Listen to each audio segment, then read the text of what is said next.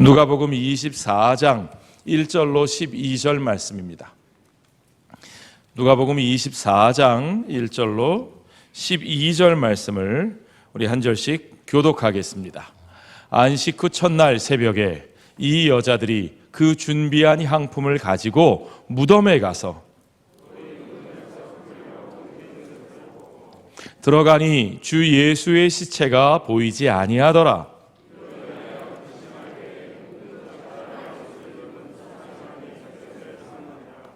여자들이 두려워 얼굴을 땅에 대니 두 사람이 이르되 어찌하여 살아있는 자를 죽은 자 가운데서 찾느냐?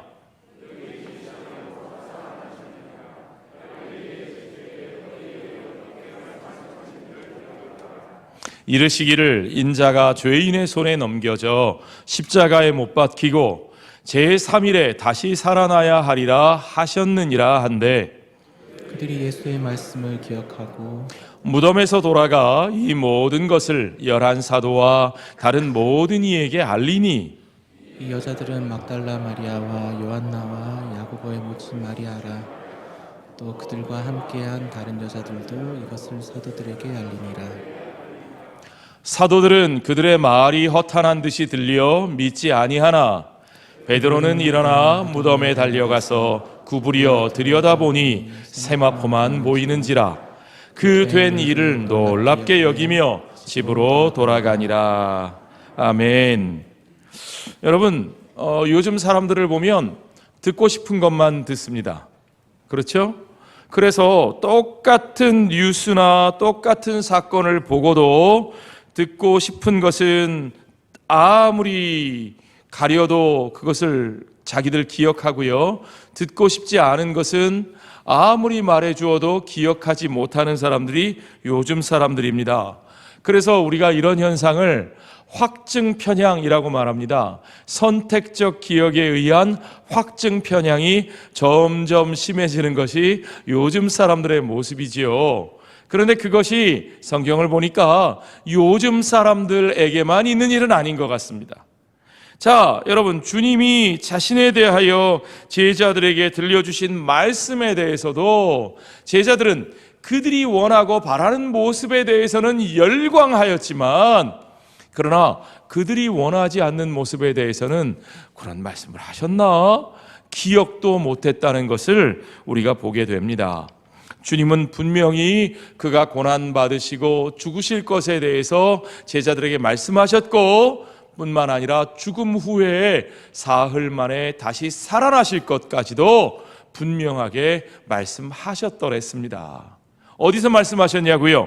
보십시오. 누가복음 9장 22절에 보면 이르시되 인자가 많은 고난을 받고 장로들과 대제사장들과 서기관들에게 버림받되어 죽임을 당하고 제3일에 살아나야 하리라 말씀하셨습니다. 주님께서 들려준 이야기 중에 가장 중요한 이야기가 바로 이렇게 고난과 죽음 후에 그가 다시 살아나시고 영광에 이르실 것을 말씀하신 거죠. 자, 주님은 이 이야기를 여러 번 암시하시기도 하셨습니다. 여러분, 누가복음 15장에 보면 예수님이 말씀하신 비유 중에 우리가 제일 중요하게 기억하는 돌아온 탕자 이야기, 정확하게는 잃어버린 아들을 찾은 아버지의 이야기가 나옵니다. 거기서도 그 아버지가 뭐라고 말합니까? 이 내 아들은 죽었다가 다시 살아났으며 내가 잃었다가 다시 얻었노라.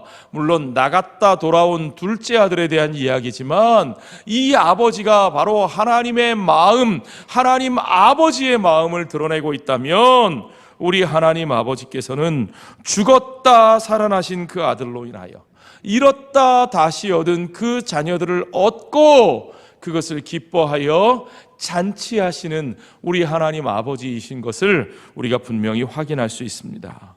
그런데 주님의 제자들 중에 아무도 그 말씀에 귀를 기울이지 않았던 거죠. 물론 제자들이 부활이라는 말 자체가 너무 생소하고 몰라서 그랬던 것은 아닙니다. 원래 유대인들은 부활에 대해서 알고 있었습니다. 우리는 그들이 부활에 대해서 어떻게 생각하고 있었는지를 요한복음 11장에 나오는 나사로의 죽음 앞에서 나누는 대화를 보면 확인할 수 있습니다. 마르다와 마리아, 나사로의 여동생들이 나사로의 죽음을 놓고 너무나 슬퍼합니다. 예수님이 죽은 후에 오신 것을 원망하기도 합니다. 그러니까 주님이 뭐라 그러셨냐면 내 오라비가 살아나리라 그러셨고, 그 말씀에 대해서 마리아가 하는 말이 선생님, 그렇습니다. 마지막 날 부활 때에는 다시 살아날 줄을 내가 압니다. 그러니까 마지막 때에 하나님께서 온 세상을 똑바로 회복하시는 그 마지막 날이 되면 그때에 하나님의 백성들이 다시 살아날 것에 대한 믿음이 사실 그 당시에 유대인들에게는 웬만하면 다 있었던 거죠. 자, 그러니까 그들에게 있어서 부활이란 뭐냐? 죽은 모든 하나님의 백성들을 위해서 그 하나님이 마지막 때에 행하실 일이었다는 거예요. 마지막 때에, 그 종말의 날에 행하실 날이었다. 하나님이 아브라함과 이삭과 야곱에서부터 가장 최근에 이방인들의 손에 죽임을 당한 선지자들과 순교자들에 이르기까지 그 모든 하나님의 백성들에게 새로운 생명의 회복을 주실 것이다. 그것이 이스라엘 백성들의 믿음이었습니다. 이스라엘이 이 고난을 지금 겪고 있지만 큰 고난을 겪은 다음에는 하나님의 모든 백성들이 그 새로운 세상에서 새로운 몸을 받게 될 것이다. 그것이 선지자들의 가르침이었다는 거지요. 그저 막연히 언젠가 종말론적으로 그런 일이 있을 거라고 그들이 소망하고 있었습니다. 생각하고 있었습니다.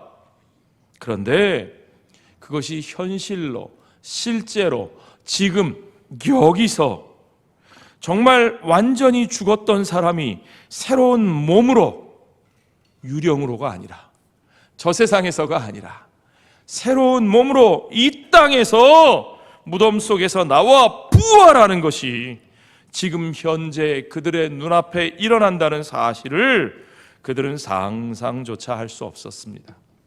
그러니까요, 예수님의 무덤을 찾은 여인들은 그 무덤이 비어있기를 기대하지도 못했고 예수님의 부활을 기억하지도 못했고 그것을 바라지도 않았습니다. 그러니까 그때 그들의 눈앞에 펼쳐진 장면은 정말 뜻밖의 광경일 수밖에 없는 거죠. 생각지도 못했던 일입니다. 그들은 그저 죽은 시체에 향품을 바르기 위해서 그곳에 갔습니다. 왜냐하면 주님이 하필 십자가에 달려 돌아가신 날이 안식일 직전 준비일이었거든요. 금요일 오후에 돌아가셨잖아요. 그러니까 제대로 장례 절차를 갖출 수 없었습니다. 안식일 날 쉬고 얼른 먼저 무덤에 모셔놓고는 안식일을 지내고 시신이 썩기 전에, 부패해서 냄새나기 전에 향품을 발라드리는 것이 그들이 할 수 있는 최선의 일이었던 거죠. 그런데 그들의 눈앞에 펼쳐진 광경이 얼마나 뜻밖입니까? 1절로 돌아가서 쭉 보시지요. 안식 후 첫날 새벽에 이 여자들이 그 준비한 향품을 가지고 무덤에 가서 돌이 무덤에서 굴려 옮겨진 것을 보고 들어가니 주 예수의 시체가 보이지 아니하더라. 이로 인하여 어떻게 했다고요? 근심하였다. 너무 놀라서 걱정이 되어서 혹시 예수님의 시신을 도둑 맞은 것은 아닐까 근심하고 염려하고 불안했다는 겁니다. 자, 그 여인들 앞에 이제 찬란한 옷을 입은 두 사람이 전하는 것이 무엇입니까? 부활에 대한 이야기. 그런데 사실 그 이야기는 그 여인들이 처음 듣는 이야기가 아닙니다. 그것은 이미 예수께서 하셨던 말씀입니다. 그 말씀을 기억해 보라고 재촉하는 겁니다. 4절 중간부터 다시 보지요. 문득 찬란한 옷을 입은 두 사람이 곁에 섰는지라. 여자들이 두려워 얼굴을 땅에 대니 두 사람이 이르되 어찌하여 살아있는 자를 죽은 자 가운데서 찾느냐? 여기 계시지 않고 살아나셨느니라. 갈릴리에 계실 때에 너희에게 어떻게 말씀하셨는지를 기억하라. 그 말씀이 아까 우리가 9장 22절에서 본 말씀 이르시기를 인자가 죄인의 손에 넘겨져 십자가에 못 박히고 제3일에 다시 살아나야 하리라 하셨느니라. 여러분, 이 여자들은 그저 예루살렘에서 예수님의 소문을 듣고 우르르 따라갔다가 우연히 만나서 여기까지 온 여인들이 아닙니다. 그들은 갈릴리에서부터 주님과 함께 그 사역에 동참했던 여인들이죠. 막달라 마리아, 요한나, 그들의 이름은 이미 앞서 누가가 언급했습니다. 주님이 그들의 병도 고쳐주셨고 7 귀신 들렸던 것을 쫓아내었던, 요즘 말로 하면 주님께 큰 은혜를 받았던 그런 여인들이었습니다.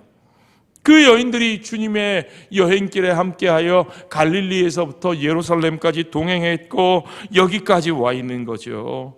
예수님의 사역을 물심양면으로 도왔던 후원자들이었습니다. 그러니 이 여인들이 주님의 말씀을 기억 못할 수 있겠습니까? 주님의 그 말씀을 그 여인들이 생각했겠지요.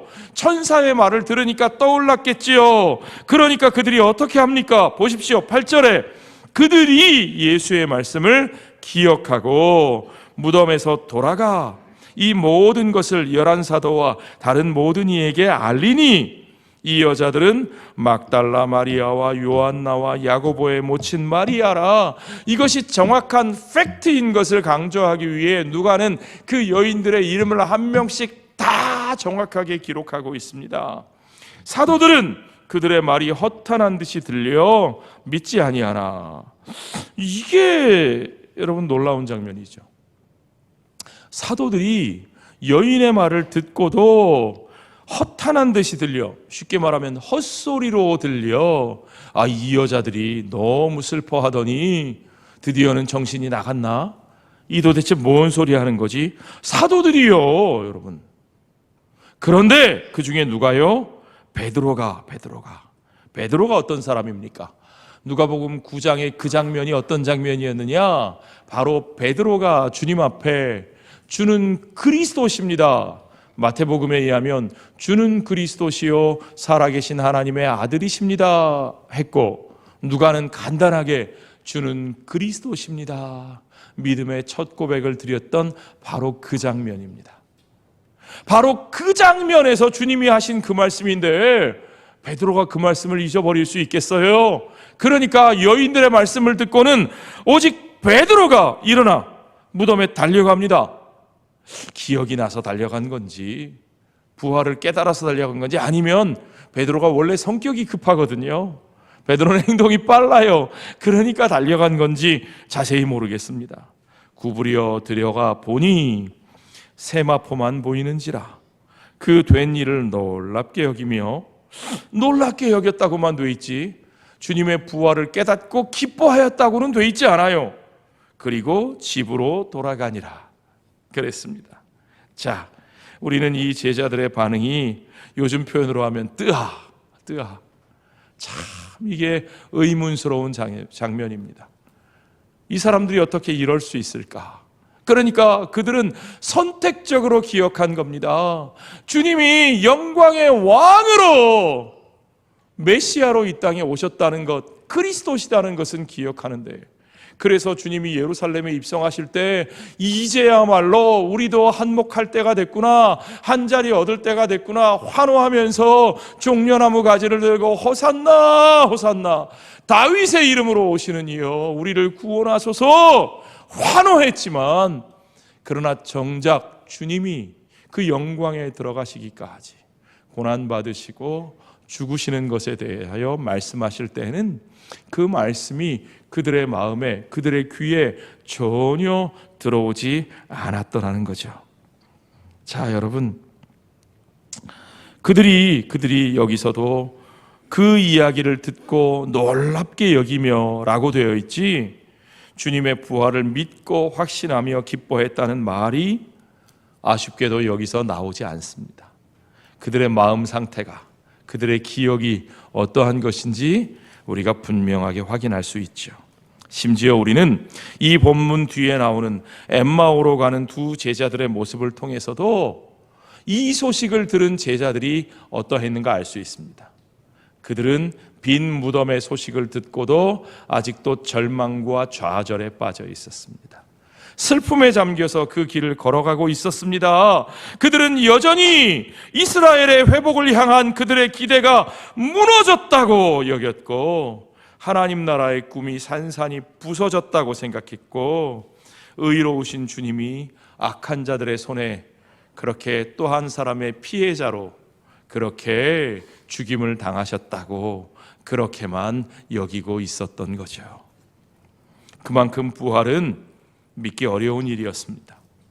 사람들은 제자들의 믿음이 예수 그리스도의 부활을 만들어낸 것이다, 그 믿음으로 지어낸 이야기다, 소위 똑똑하다는 분들이 그런 말들을 많이 하지만, 그러나 여러분, 성경을 있는 그대로 정직하게 읽어보면 그 제자들에게는 그럴 만한 믿음도 용기도 없었다는 사실을 우리가 확인하게 됩니다.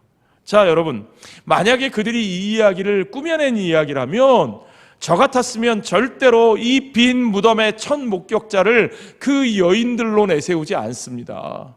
여러분, 고대 사회에서 중요한 법정에 증언을 할 때 여인들이 증거의 효력을 가지고 있었을까요? 없었을까요? 없었다는 거죠. 아이고, 여성분들 죄송합니다.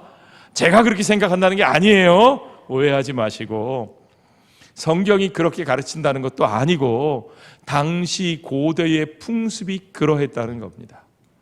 그러니까 만약에 이 이야기를 없는 이야기를 꾸며낸 것이라면 여자들이 아니라 정말 확실하게, 예를 들면 앞부분에 나왔던 무슨 로마의 백부장이라든지 무슨 아리마대 요셉이라든지 공회의원이었던 그런 사람들을 여기다 세웠으면 얼마나 그럴듯해 보였겠어요.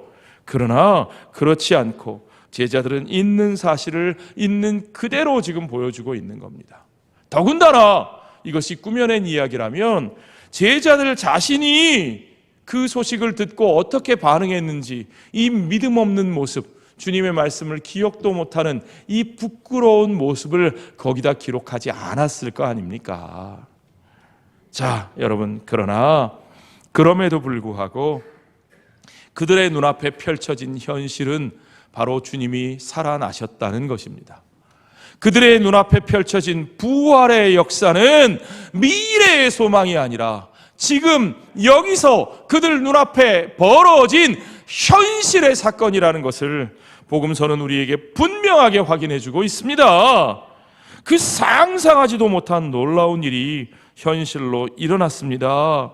여러분, 살아나신 주님이 그들 앞에 서시고 말씀하신 것입니다. 중요한 건 이거예요. 그들이 막연히 믿던 것처럼 먼 미래의 일이 아니라 현재의 일로, 그저 또 한 사람의 피해자로 실패한 줄로만 알았던 그 의로우신 주님이 그들의 눈앞에 지금 살아계시고 지금 승리하신 부활의 주님으로 나타나셨다는 겁니다. 그러니까 여러분, 우리 주님은 열심히 훌륭하게 사시다가 그저 안타깝게 돌아가신, 역사상 그런 분들 많아요. 그런 또 한 사람의 한 맺힌 피해자 중에 한 분이 아니고 지금 여기서 우리 앞에 살아계신 주님인 것을 여러분 믿으시기 바랍니다. 천사가 강조하는 것이 그거 아닙니까? 어찌하여 살아있는 자를 죽은 자 가운데서 찾느냐? 여기 계시지 않고 살아나셨느니라. 이 메시지가 우리에게 주는 말씀은 뭡니까? 여러분, 마르다가 믿는 것처럼 마지막 때에 언젠가는 주님이 살아나실 거니까 너희가 그것을 믿고 기대하면서 잘 참아봐라, 그 얘기가 아니고요. 지금 주님이 살아나셨다, 마지막 때에 일어날 일이 지금 여기서 일어났다, 그러므로 하나님이 약속하신, 선지자들이 보여주신 그 마지막 때에 이루어질 일이 지금 이루어졌다는 겁니다. 지금이 그 마지막 때라는 겁니다. 그 주의 날, 그 여호와의 날, 그 하나님의 나라가 지금 여기에 임하셨고 이미 우리의 눈앞에서 시작되었다는 사실을 성경이, 복음서가 우리에게 보여주고 있는 겁니다. 여러분, 우리가 그 믿음을 가지고 있습니다. 우리 주님의 무덤은 우리 주님의 시신을 품고 우리가 제사해야 되는 유물이 아닙니다. 기독교 신앙은 우리 교주의 무덤 앞에 제사상 차려놓고 거기서 엄숙하게 제례를 지내는 제사의 종교가 아닙니다. 여러분, 우리 주님의 무덤은 비었습니다. 그저 미래에 어렴풋이 이루어질지 이루어지지 않을지 모르는 먼 희망의 한 조각으로 우리에게 남아 계신 분이 아닙니다. 그분은 살아나셨습니다. 그분은 지금 살아서 그 생명으로 우리를 이끄시는 생명의 주님이신 것을 믿으시기 바랍니다. 세상과 사람들은 주님을 십자가에 못 박아 죽였지만 주님은 그 죽음에 패배하고 상처받고 한 맺혀서 그 죽음 속에 갇혀 썩어지신 어떤 한 사람이 아니라는 겁니다. 그분은 그 죽음을 이기고 살아나셔서 그 죄인들을 생명으로 품어주시고 이제 그 죽음이 한 맺힌 원한의 두께를 키우는 것이 아니라 보복의 악순환을 만들어내는 것이 아니라 생명의 화해를 이루게 하시는 하나님의 나라를 오늘 여기에 가져오시는 주님이신 것을 여러분 믿으시기 바랍니다.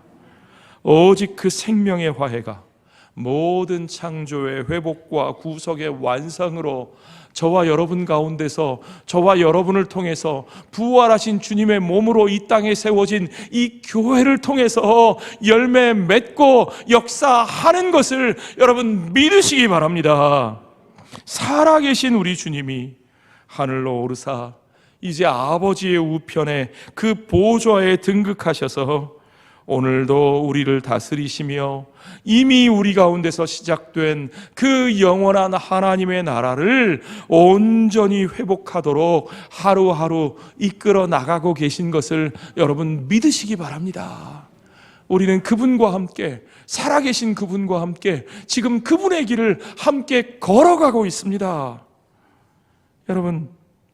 여러분 아실지 모르겠는데 조율이라는 노래가 있습니다. 아마 KBS 열린음악회 이런 거 챙겨보시는 분들은 많이 들으셨을 것 같아요. 이 노래의 가사가 참 와닿습니다. 제가 한번 읽어드릴게요. 알고 있지 꽃들은 따뜻한 5월이면 꽃을 피워야 한다는 것을. 알고 있지 철새들은 가을 하늘 때가 되면 날아가야 한다는 것을. 문제, 무엇이 문제인가? 가는 곳 모르면서 그저 달리고만 있었던 거야. 지고지순했던 우리네 마음이 언제부터 진실을 외면해 왔었는지. 잠자는 하늘님이여 이제 그만 일어나요. 그 옛날 하늘빛처럼 조율 한번 해주세요. 정다웠던 시냇물이 검게 바다로 가고 드높았던 파란 하늘 뿌옇게 보이질 않으니 마지막 가꾸었던 우리의 사랑도 그렇게 끝이 나는 건 아닌지. 잠자는 하늘님이여 이제 그만 일어나요. 그 옛날 하늘빛처럼 조율 한번 해주세요. 예, 여러분 얼마나 호소력 있고 와닿는 노래인지 모릅니다.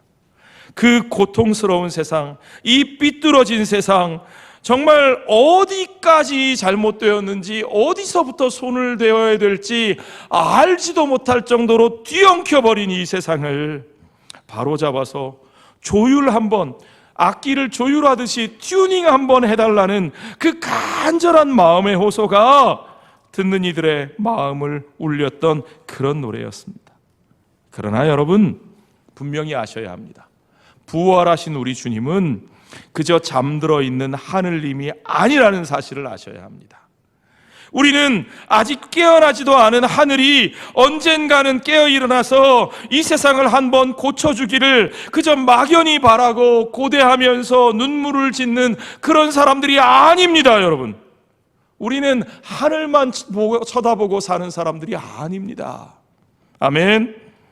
살아계신 우리 주님은 오늘도 우리와 함께 계시고 이미 우리 가운데 이루신 하나님 나라의 그 생명으로 화해와 회복의 역사를 이루어 가고 계십니다. 그분은 잠시 깨어 일어나서 그저 조율 한번 해주실 분이 아니고 온 우주를 완전하게 조율하셔서 참된 하나님의 나라, 새하늘과 새 땅을 이루어내시는 분이심을 믿으시기 바랍니다. 그 주님의 부활이, 승리가 우리의 눈앞에 현실로 이루어진 것입니다. 이제 우리는 그분과 함께 그 생명과 화해와 회복을 향하여 함께 나아가는 그 나라의 백성들입니다. 이미 그 죄와 죽음의 권세를 이기시고 부활하신 그분이 우리의 왕이 되셨고 지금 우리와 저와 여러분과 함께하고 계십니다. 여러분, 이것이 부활로 우리에게 이루어진 현실입니다. 복음서의 메시지의 중심은 이것입니다. 그 막연한 부활이 아니라 그 부활의 약속이 지금 여기서 현실로 예수로 말미암아 이루어졌다는 것을 선포하는 겁니다. 그 하나님의 나라가 오셨고 우리 가운데서 시작되었고 그 하나님의 나라가 이기셨다는 겁니다. 우리는 패배의 길을 가고 있는 것이 아니라 그 승리의 길을 걸어가고 있다고 복음이 우리에게 가르쳐 주는 겁니다. 그래서 복음이죠. 그래서 복된 소식입니다. 그 마지막 때가 주님의 부활로 지금 여기에서 우리에게 현실이 되었다는 겁니다. 우리는 그분의 몸으로 이 땅에 세우심을 받아 그가 이루신 생명과 치유와 화해의 역사를 선포하며 증거하며 살아가는 사람들입니다. 주님이 부활하셨는데, 여러분, 우리 왕이 이기셨는데 도대체 우리가 뭘 두려워하겠습니까? 그렇죠? 아직도 이 땅에서 좌절하고 절망하고 고통당하고 눈물 흘리는 사람들이 있습니까? 많이 있습니다. 그분이 다시 오실 때까지, 그 온전한 새하늘과 새 땅이 이 땅에 완성될 때까지 우리가 그들과 함께 해야 합니다. 이 믿음을 가진 우리들이 그들에게 다가가야 합니다. 우는 자들과 함께 울며 그들의 눈물을 닦아주고 승리하신 그분의 생명을, 그가 이루신 부활의 현실을, 하나님 나라의 삶을 우리가 그들과 함께 나누어야 할 줄로 믿습니다. 그것이 오늘 이 땅에 부활의 생명을 살아가는 하나님 나라 백성된 저와 여러분 우리들의 삶인 것을 믿습니다. 주님의 부활은 하늘의 생명을 이 땅으로, 하나님의 미래를 오늘 여기 현재로 가져오셨습니다. 할렐루야! 살아계신 주님을 찬양합니다. 부활하신 우리 주님을 찬양합니다. 우리 주님께 영광의 박수를 드립시다. 할렐루야! 할렐루야! 기도하겠습니다.